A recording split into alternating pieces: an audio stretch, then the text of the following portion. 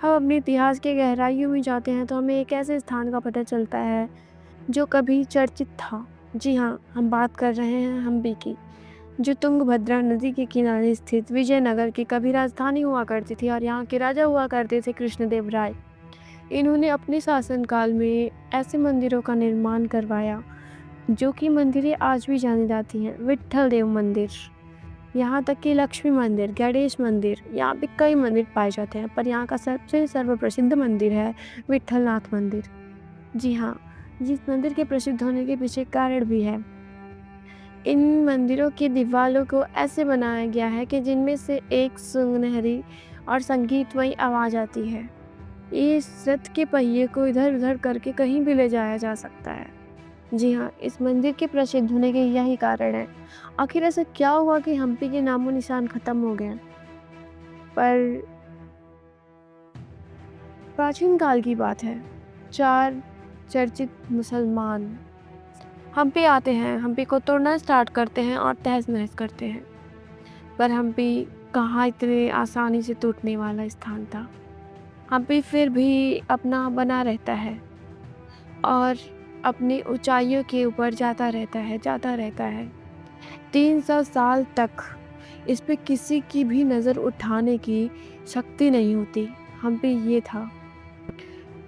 कृष्णदेव राय के शासनकाल तक इसे किसी ने नहीं देखा। फिर इसके बाद आते हैं कई लोग जिनकी एकदम सही ना होने के कारण हम्पी बर्बाद होने लगता है। आज अगर हम देखें तो हम्पी को बहुत अच्छी तरीके से सरकारों द्वारा बचा के रखा गया है ताकि इस पे कोई बुरी नज़र ना जाए। हम्पी एक ऐसा प्रसिद्ध स्थान है जो भारत के इतिहास को स्वर्ण की चिड़िया, हाँ, भारत को सोने की चिड़िया भी कहते हैं। इसके पीछे हम्पी का ही हाथ है। हम्पी भी उन्हीं नमूनों में से एक था। यहाँ पर हीरे के बाजार लगा करते थे खुले में। अब इससे ज़्यादा कोई हम्पी को कैसे जाने कि वो कितना महत्वपूर्ण था। जी हाँ, हम्पी अपने आप में एक विश्वव्यापी स्थान था जहाँ पर किसी की नज़र उठाने की शक्ति नहीं हुआ करती थी। पर अगर हम लापरवाही कहें या कुछ भी कहें तो हम्पी को बर्बाद करने के पीछे 4 बाहरी मुसलमानों का हाथ था। वो आए और हम्पी को तहस-नहस किया, तोड़ना शुरू किया। फिर भी जो हम्पी के टुकड़े बचे रहे, सरकार ने उस पे ध्यान दिया और उसे बचा कर रखा। हम हम्पी की बात करते हैं तो उसमें आते हैं कृष्णदेव राय। जी हाँ, कौन था ये कृष्णदेव राय? अगर हम इतने आसानी से इसे देखें तो कृष्णदेव राय की वीरता, महानता और शौर्य वीरता पे उंगली उठने जैसी बातें होती हैं।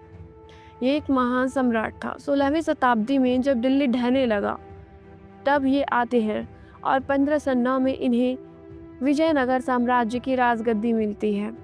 ये विजयनगर को ऊंचाइयों तक ले जाते हैं। इन पे किसी की आँख उठा के देखने की हिम्मत नहीं होती। पूरा सेनागढ़, सिपाही इनके अंदर रहता है और ये ऐसे सच्चे और अच्छे इंसान होते हैं कि ये अपने पूरे देश को एकदम ऊंचाइयों तक ले जाने में पूर्ण सहयोग देते हैं। इन्हीं की वजह से विजयनगर इतना ऊपर जाता है। जी हाँ, पर ऐसा क्या होता है कि हम्पी इतना वीक पड़ जाता है? बात ये नहीं कि अचानक से उन 4 मुस्लिमों के आने से हम्पी टूटती है। बात तो ये थी कि पहले से ही पल रहे अपने यहाँ के लोग, जो अपने ही राज्य के खिलाफ थे। जी, आपको जहाँ तक पता है हमारा भारत 565 रजवाड़ों में बटा हुआ था और वहाँ के हर एक राजा अपने में ही मगन रहते और अपने ही देश के एक दूसरे से द्वेष करते, जिसका फ़ायदा उठाया उन मुसलमानों ने जो यहाँ आए हुए व्यापार के नाम पे और देश को जितना चाहा उतना लूटा। जी हाँ, हम्पी का भी यही हाल हुआ, उसे भी लूटा गया। सच्चाई तो ये थी कि अगर हमारे देश के लोग कृष्णदेव राय जैसे ही मजबूत होते और अच्छे होते तो कभी हमारा देश लुटा ही नहीं जाता।